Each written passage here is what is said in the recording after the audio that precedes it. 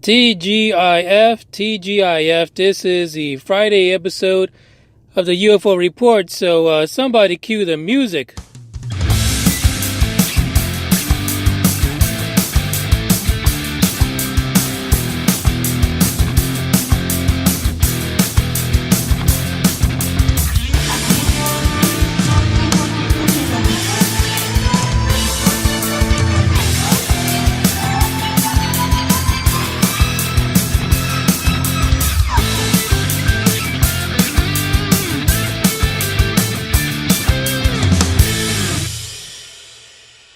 Hey, this is episode number 134 of the UFO Report, so welcome to this Friday edition, TGIF. Thank goodness it's Friday.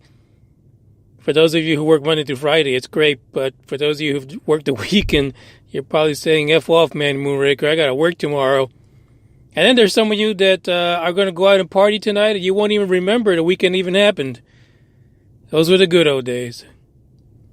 So listen, everyone is giving a good, a bunch of feedback regarding the To the Stars Academy report from a couple of days ago. Probably because they actually went in and looked at the SEC filing. Shame on you, Mr. Tom DeLonge. DeLonge. It sucks that you rubber dig people out of that money.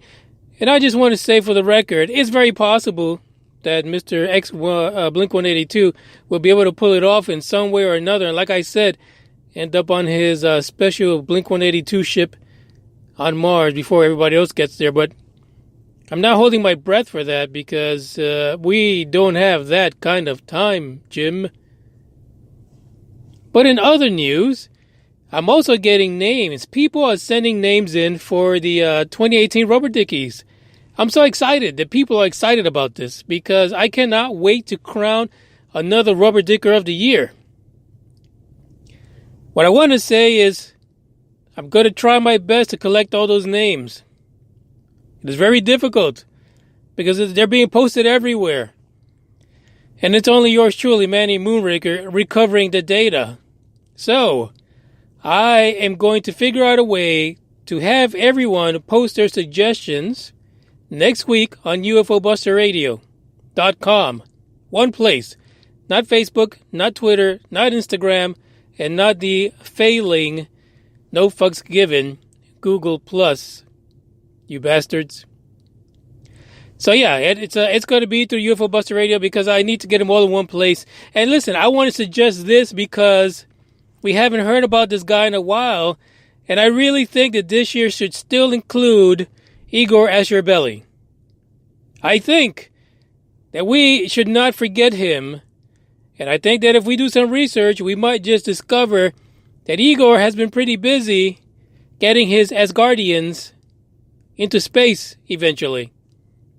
And for those of you who are new to UFO Buster Radio and you haven't heard of Igor Asherbelly, I suggest you look him up. Look up Asgardia. Look up them pretty much defecting into their own little country, which will one day be only found in space inside of a space station. That's right. Now, I don't know if you're going to get your own, what can I say, like a Thor outfit or something like that. I don't think you're going to be one of those Asgardians, walking around with a hammer or being the god of some kind of element. I don't think those are the plans, but wouldn't it be neat? It would be pretty cool, right? It would be pretty fantastic, I would think. But keep an eye out for that. I'll send the link out and we'll discuss it next week. And once we get those names together, we will move forward with the poll to determine who will be the Rubber Dicker of the Year. Plus, we'll have two other folks who will also be included as contributors to UBR Truth Seekers or anywhere else. We're going to get some statistics behind that, and that will be automatic. You won't have to vote for that. That will just happen because that's the way it works. So keep an eye out for that. One more announcement before we get to the UFO report for today. If you live in Washington, D.C., Virginia, Maryland, some of those places, this weekend you have an opportunity to take part in a UFO conference. I just hate these live episodes. You have an opportunity to be part of a UFO conference in the D.C. area, and it's called Mysteries of the Space and Sky. And it's going to take place Saturday, October 20th at 9:30 in the morning till 6 p.m. at the Bowie Elks Lodge in Maryland. And the tickets are $49 a pop. $49. Listen, I think it's a great idea. UFO conferences are always good. $49 a pop for a blue-collar guy. Jeez Louise, are you serious? I mean, how am I going to get my cigarettes? How am I going to buy my beer that week? I don't know. But the only reason I'm really even mentioning this, because I saw it in some kind of an article, is because Jennifer Stein and Travis Walton will be there. You know, I got to say that just those two alone. Now, there's other people going to be there presenting, of course. But you know, from the earlier episodes of UFO Buster Radio, we interviewed Jennifer Stein because she was the director of the last Travis Walton documentary, which, of course, starred Travis Walton and some of the other members of the incident. And, you know, they alone are worth the price of admission. There's other people presenting as well. But if there is one story everyone who has a fascination with ufology should come to know, just know it, learn it, live it. It is the Travis Walton situation. It is the fact that he was the subject of that movie, Fire in the Sky, which many people saw, but they really didn't connect the dots to the real Travis Walton, which you would get to meet tomorrow in Maryland. So that's it. That's all I got to tell you guys. That's all that I want to promote. Before we get to this news story, and it's not current news, no, but it is about a UFO incident that caused an 86-mile chase by the police. Is it a wonder that the government spends money trying to figure out UFOs? Isn't it a wonder that billionaires are spending money trying to figure out UFOs? But yet, everyone pretty much wants to, snub UFO researchers and ufologists, while millions of dollars and time and research effort is being spent on trying to figure it out.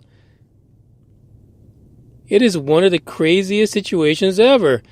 So, basically, here's the story out of the Times Online, which is related to the Times New York publication. And that is a famous 86-mile UFO chase in 1966 still defies Air Force explanation. Now, what the Air Force explanation is about, or what they said, we're not going to talk about because that's in the rest of the article. Because, these people got rubber-dicked. I mean, you don't even have to read that part to know. But there's some fascinating stuff because at 5 a.m. on April 17th in 1966, there were two Portage County, Ohio sheriff deputies who were out investigating what they thought was an abandoned car. The deputies' names were Dale Spower, and the other was Wilbur Barney Neff. I didn't write that. They didn't make that up. That was his name, Wilbur Barney Neff. And so they came up to this abandoned car. They wanted to check it out. They said, what the hell is this abandoned car doing out here? Now, it's kind of weird that you would send two deputies in two separate cars for one abandoned car. But anyway, that's how they rolled in 1966, so no fucks given, don't ask no questions. So there's a quote about what Spower was saying, Deputy Spower. He says he hears this strange humming noise, so he turns around and sees this giant UFO. And it's like, what in the hell? I mean, 1966, what do you think is going on? What happens next? Because this bright UFO was pretty much illuminating the area, is that they basically chased this UFO for 86 miles at speeds over 100 miles an hour. And it takes the deputies from Ohio all the way into Pennsylvania. Folks, this is 1966. This wasn't just yesterday. Again, why would people deny researching UFOs in the government? This is reason enough. You got two deputies going from one state to another chasing a UFO. Turns out later on that Spower says that from the ground, the object looked like the head of a flashlight. It was about 40 feet wide and 20 feet tall. This is one big-ass, bright-ass object in the sky that they decided they needed to chase. Now, at one point, the deputies were given orders to shoot the shit down. Shoot it down! Take that thing out. But then it turns out that they also later on got an order basically to not shoot it down because it is very possible that might have been a military weather balloon. Are you serious right now? They actually thought that this might be a government weather balloon, and so maybe it would have been a bad idea to shoot it down. You can't write this stuff. Even in 1966, they thought that these things were weather balloons.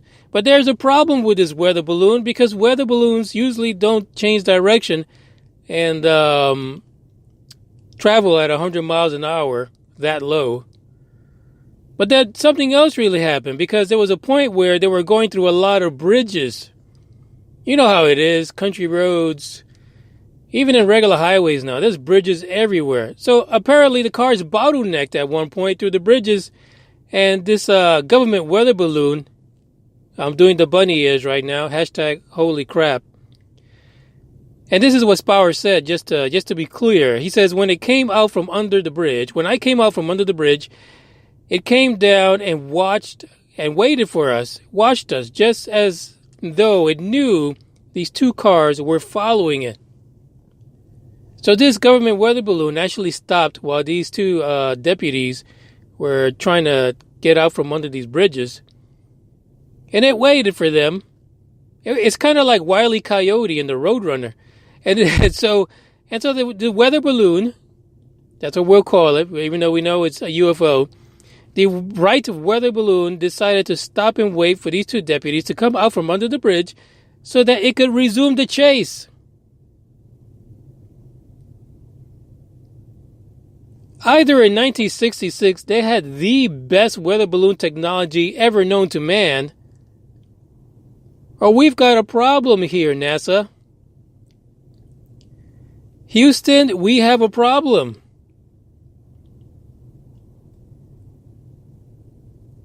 That's where the story went. And there's more to the story, so I kept the link in the description. It's Friday, folks. I'm ready to just cut out of here and just be gone. I'll be done with this. Be done with all of it. All of it.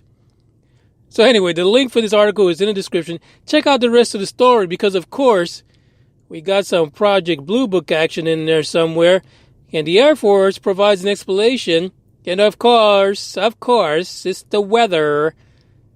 These guys were visually impaired by the weather, even though they chased this damn thing for 86 miles. The weather has something to do with it, or some kind of satellite, or maybe it was swamp gas.